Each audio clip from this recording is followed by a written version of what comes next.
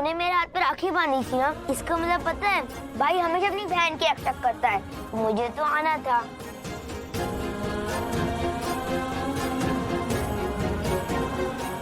और अब मैं आ गया। अब तू डर मत, तेरा कोई कुछ भी नहीं कर सकता, सांप भी नहीं। तू पागल है क्या? तू मुझे बताना फिर तू क्यों आया, बताना तू पागल है क्या? मैं तेरी रक्षा के लिए आया।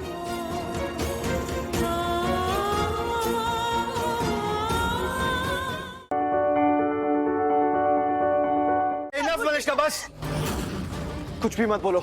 कब से देख रहा हूँ कुछ भी बोलती चली जा रही हो। अचानक से गिरा है रोहन, हमारे सामने खड़ा था यहीं पे, हम भी यहीं पे थे, हम सबका ध्यान था। वो अचानक से कुछ हुआ, उसे भागा, वहाँ पे रस्सी पकड़ी, कूद के नीचे पारो का नाम लेके।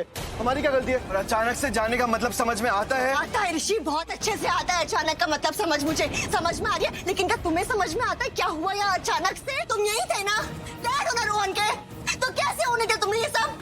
कैसे? क्यों नहीं था ध्यान तुम्हारा उसमें? अरे नहीं, ध्यान कैसे होगा? ध्यान तो पारो पे था ना, इसकी बेटी पे। आंटी, आप बताइए मुझे, आपके पति ने भी आपको किसी और औरत के लिए छोड़ा है? आपका तो डिवोर्स भी अभी भी हुआ, फिर भी आपने वो वट सावित्री की पूजा क्यों की? बताइए मुझे। मैं क्या करती हूँ, क्यों करती हूँ, ये तुम्हारी समझ के ना बाहर है। क्यों बाहर है? क्योंकि मैं विराट को छोड़ के गई। मुझे पता है कि तुम्हें छोड़ के मैंने अपनी लाइफ की सबसे बड़ी गलती की है विराट।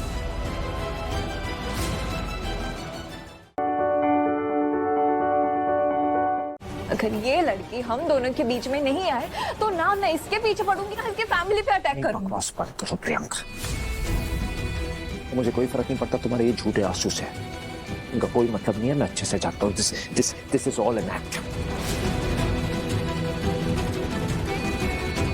रोया तो मैं भी था ना तुम्हारे सामने रोया था, गिड़गिड़ाया था, भीख मांगी थी कि मुझे छोड़ के मत जाओ, पर तुम चली गई, तुम्हें कोई फर्क नहीं पड़ा।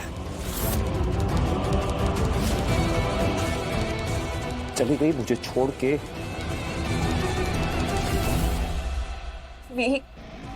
I know मुझसे गलती हुई है। I am so sorry for that. Please मुझे एक मौका दे दो उस गलती को सुधारने का, प्लीज। I promise मैं वापस तुम्हें छोड़ के कभी नहीं जाऊंगी। I promise.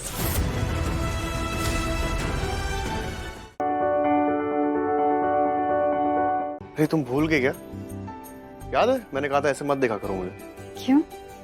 क्यों क्या? क्यों मतलब क्या? क्यों मतलब क्यों? क्यों नहीं देख सकती तुम्हें? क्योंकि जब तुम ऐसे देखती हो तो अजीब सा लगता है मुझे। मतलब ऐसे किसी को कौन देखता है यार?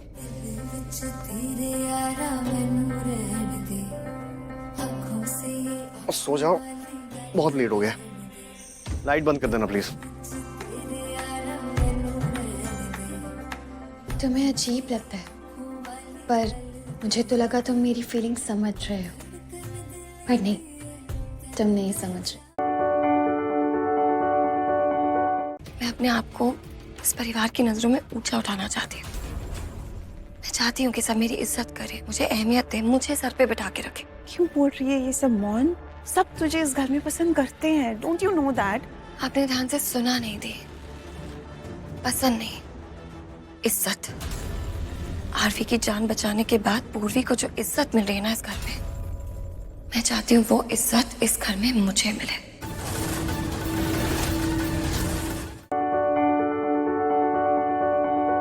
अगर हम ये सोचते हैं कि ये हमारा कहाँ मानेगी, हमारी बात सुनेगी, तो हम बहुत बड़े बेवकूफ हैं, क्योंकि ये तो अपने मन की हो गई है, हर बात अपने मन की करती है। इसलिए ये यहाँ से किसी को बिना बताए कभी भी चली जाएगी और जाकर सिर्फ दो लोगों से मिलेगी, वही राजवीर और उसकी माँ से प्रीता जी। माँ जी, इससे पहले कि शौर्य शनाया के साथ अपना रिश्ता तोड़ दे, हमें इसका और राजवीर का रिश्ता तोड़ना पड़ेगा।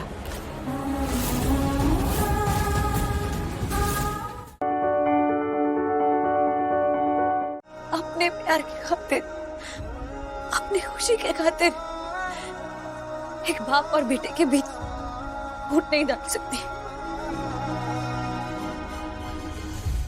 मैं एक परिवार नहीं तोड़ सकती, नहीं।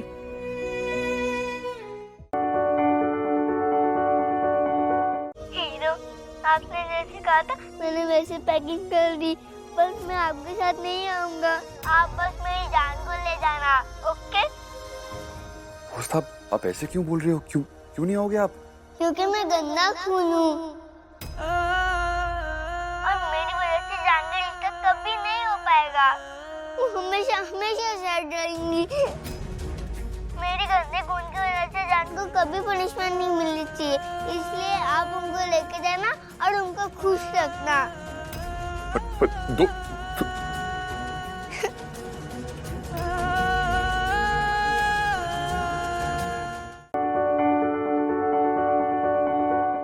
आर्या सर, कहाँ ले जा रहे हो आप? मेरी बात सुनिए आर्या सर, आप जो कुछ भी करने जा रहे हो ना, उसका कोई फायदा नहीं है, क्योंकि आपकी फैमिली मुझे कभी स्वीकार नहीं करेगी। वो हमारे रिश्ते को कभी नहीं मानेंगे Arya sir. Just shut up! चुप।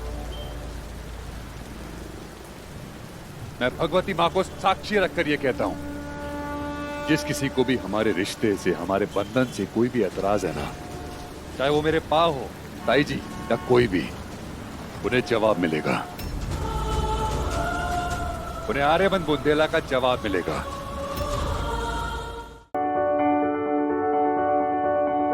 आपने पास से कहा था ना जानवी के घर जाने के लिए, शगुन लेकर हमारा रिश्ता पक्का करने के लिए, यही कहा था ना अपने पास से। जानते हैं इन्होंने क्या किया है? हा? शगुन की जगह जानवी को ब्लैंक चेक देकर आया ये। मुझसे दूर जाने के लिए जानवी को पैसे ऑफर किए इन्होंने।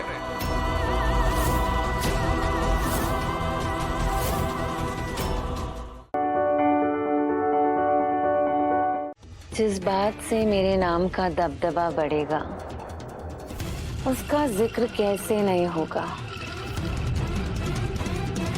मैंने उस बुढ़िया पर बहुत बड़ा उपकार किया, इसके पोते की जान बचाकर। तो ये बात तो उसे पता चलनी ही चाहिए ना।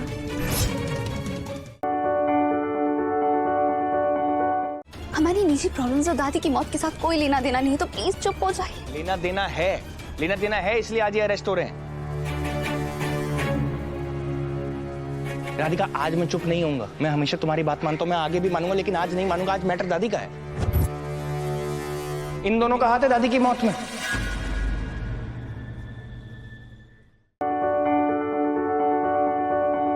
आपने जो किया ना बिल्कुल भी ठीक नहीं किया। आपको अंदाजा भी नहीं आपने क्या किया है। क्या? शक के बिना पे अपने मिस्टर त्रिवेदी और गुनगुन को पुलिस स्टेशन भिजवा दिया, साथ में सरगम को भी भिजवा दिया। तो उसमें मेरी क्या गलती है?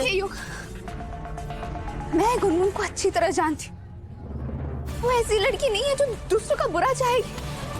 ऐसा करने के बारे में कभी सोच तक नहीं सकती है योग। मैं गुनगुन को बहुत अच्छी तरह जानती हूँ, क्योंकि मैं गुनगुन की माँ हूँ। माँ हो नहीं थी 7 साल पहले।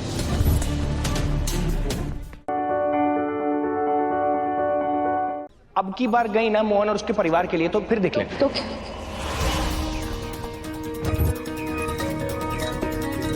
तो क्या योग? बोलिए, अब क्या करेंगे? आप मुझे छोड़ देंगे? राधिका, मैंने ऐसा मैंने कहा। तुम बार बार मुझे ये सब बातें बोलकर डराती क्यों? तो फिर प्लीज मुझे मत रोकिए।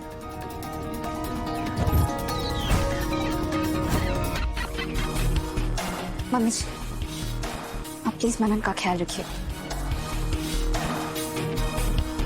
मम्मा क्यों रखेंगी? मैं भी रख सकता हूँ। मम्मा, मैं कोई विलन हूँ क्या?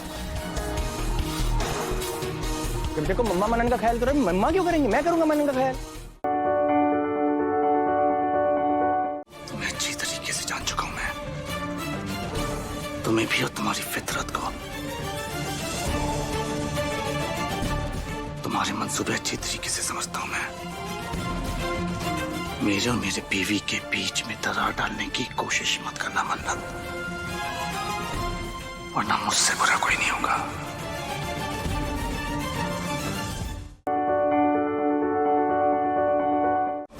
तुम्हारी नाराजगी मेरी जान ले लेके। छोड़ो मुझे। तो सुभान, मैंने कहा छोड़ो मुझे। सुभान, तुम्हारी बेरुखी मैं बर्दाश्त नहीं कर पाऊंगी, मर जाऊंगी। तो मर जाओ।